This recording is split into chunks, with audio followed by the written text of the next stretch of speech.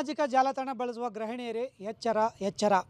ಇಲ್ಲೊಬ್ಬ ವ್ಯಕ್ತಿ ಒಂಟಿ ಮಹಿಳೆಯರು ಮತ್ತು ವಿಧವೆಯರು ಸೇರಿದಂತೆ ಒಂಟಿ ಮಹಿಳೆಯರಿಗೆ ಗಾಳ ಹಾಕಿ ಅವರ ಬಳಿ ಇರ್ತಕ್ಕಂಥ ಚಿನ್ನಾಭರಣಗಳು ಸೇರಿದಂತೆ ಹಣ ಇರಿಸ್ಕೊಂಡು ಅವರಿಗೆ ಮೋಸ ಮಾಡುವಂಥದ್ದು ಇರ್ಬೋದು ಮತ್ತು ಮದುವೆ ಆಗ್ತೀನಿ ಅಂತೇಳಿ ಆಮಿಷ ಒಡ್ಡಿ ಅವ್ರನ್ನ ದುರ್ಬಳಕೆ ಮಾಡಿಕೊಂಡು ಅವರಿಗೆ ಬ್ಲ್ಯಾಕ್ ಮೇಲ್ ಮಾಡೋದ್ರ ಮೂಲಕ ಅವರ ಜೀವನದಲ್ಲಿ ಆಟ ಆಡ್ತಾ ಇದ್ದಾನೆ. ಇದರಿಂದ ನೊಂದಂಥ ಒಬ್ಬರಲ್ಲ ಇಬ್ಬರಲ್ಲ ಸಾಕಷ್ಟು ಜನ ಮಹಿಳೆಯರು ಇವತ್ತು ನಮ್ಮ ಟಿವಿ ನೈನ್ ಬಳಿ ಬಂದಿದ್ದಾರೆ. ಅದರಲ್ಲಿ ಇಲ್ಲಿ ನಾವು 4 ಜನ ಮಹಿಳೆಯರನ್ನ ನೋಡ್ತಾ ಇದ್ವಿ. ಅವರು ಚಿಂತಾಮಣಿ ಮೂಲದ ಗಿರೀಶ್ ಅಂತಕ್ಕಂಥ ವ್ಯಕ್ತಿಯಿಂದ ಯಾವ ರೀತಿ ಕಿರುಕುಳಕ್ಕೊಳಗಾಗಿದ್ದಾರೆ, ಯಾವ ರೀತಿ ಮೋಸ ಆಗಿದ್ದಾರೆ ಅಂತೇಳಿ ಸ್ವತಃ ನಾನು ಈಗ ಒಬ್ಬೊಬ್ಬರನ್ನ ಕೇಳಿ ತಿಳ್ಕೊಳ್ತಾ ಹೋಗ್ತೀನಿ. ಈಗ ಮೊದಲಿಗೆ ನಮ್ಮ ಬಳಿ ಗಾನವಿ ಅಂತಕ್ಕಂಥ ಮಹಿಳೆ ಇದ್ದಾರೆ. ಅವರು ಕ್ಷಮಿಸಿ ತನುಜ ಅಂತಕ್ಕಂಥ ಮಹಿಳೆ ಇದ್ದಾರೆ. ಅವರಿಂದ ಯಾವ ರೀತಿ ಮೋಸ ಹೋದರು ಮತ್ತು ಯಾವ ರೀತಿ ಕಿರುಕುಳ ಅನುಭವಿಸಿದ್ರು ಅಂತ ನಾನು ಕೇಳಿ ತಿಳ್ಕೊಳ್ತೀನಿ. ಮೇಡಮ್ ನಮಸ್ತೆ.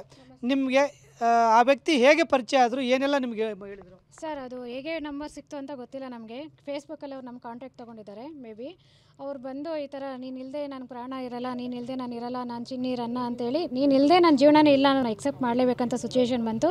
ಸೊ ನನ್ನ ಮಗನಿಗೂ ಅವನು ತುಂಬ ಅಟ್ಯಾಚ್ಮೆಂಟ್ ಆದ. ನನ್ನ ಮಗ ಬಂದು 6th ಸ್ಟ್ಯಾಂಡರ್ಡಲ್ಲಿದ್ದಾಗ ಅವ್ನು ಬಂದು ಅಟ್ಯಾಚ್ಮೆಂಟ್ ಆದಾಗ ಒಂದು ತಂದೆ ಪ್ರೀತಿ ಕೊಡ್ತೀನಿ ಅಂತ ಆ ಮಗುಗೆ ಇವನು ಯಾವಾಗ ಇದು ಅಟ್ಯಾಚ್ಮೆಂಟ್ಸ್ ಬೆಳೆಸಿದ್ನೋ ಆ ಮಗುನೂ ಆವಾಗ ಜಾಸ್ತಿ ಇದಾಯಿತು.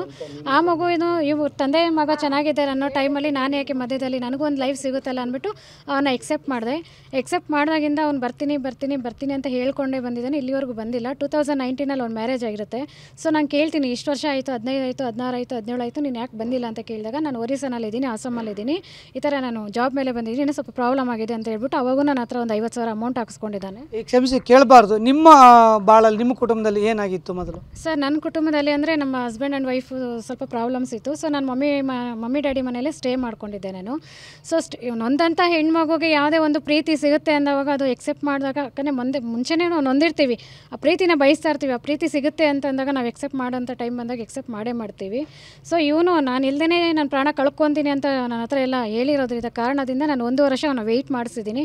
ಆದ್ರೂ 1 ವರ್ಷ ವೆಯ್ಟ್ ಮಾಡಿಸಿದ್ಮೇಲೆ ನಾನು ಡಿಸಿಷನ್ ತೊಗೊಂಡು ನಾನು ಸ್ಟೆಪ್ ಇಟ್ಟಿದ್ದೀನಿ. ಈಗ ಅಂದರೆ ನಿಮ್ಮನ್ನು ನಾನು ಮದುವೆ ಮಾಡ್ಕೊಂಡು ಸಂಸಾರ ಮಾಡ್ತೀನಿ ಅಥವಾ ಲಿವಿಂಗ್ ಟುಗೆದರ್ ಇದನ್ನ? ಲಿವಿಂಗ್ ಟುಗೆದರ್ ಇದೆ ಸರ್, ಲಿವಿಂಗ್ ಟುಗೆದರ್ ಇದೆ. ಮದುವೆ ಮಾಡ್ಕೊತೀನಿ ಅಂತ ಹೇಳ್ಬಿಟ್ಟು ಲಿವಿಂಗ್ ಟುಗೆದರ್ ಇದೆ ಸರ್ ನನ್ನ ಹತ್ರ.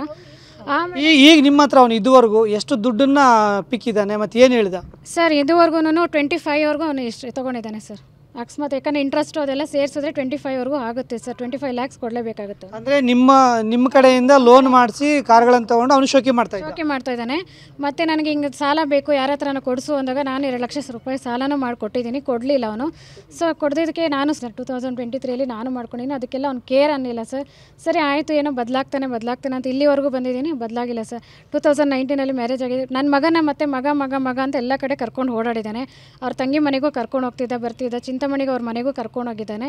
ಸೊ ಈ ಥರ ಇರೋವಾಗ ನಾನು ಒಂದು ನಂಬಿ ಈ ಥರ ನನ್ನ ಲೈಫ್ 10 ವರ್ಷದಿಂದ ನನ್ನ ಲೈಫ್ನ ಅವನು ಹಾಳು ಮಾಡಿಬಿಟ್ಟಿದ್ದಾನಲ್ಲ ಸರ್. ನನಗೆ ಅದೇ ನೋವಾಗ್ತಿರೋದು ಸರ್. ಬರ್ತೀನಿ ಅಂತ ಹೇಳಿ ಇದು ತನುಜ ಅವರ ಮಾತಾದ್ರೆ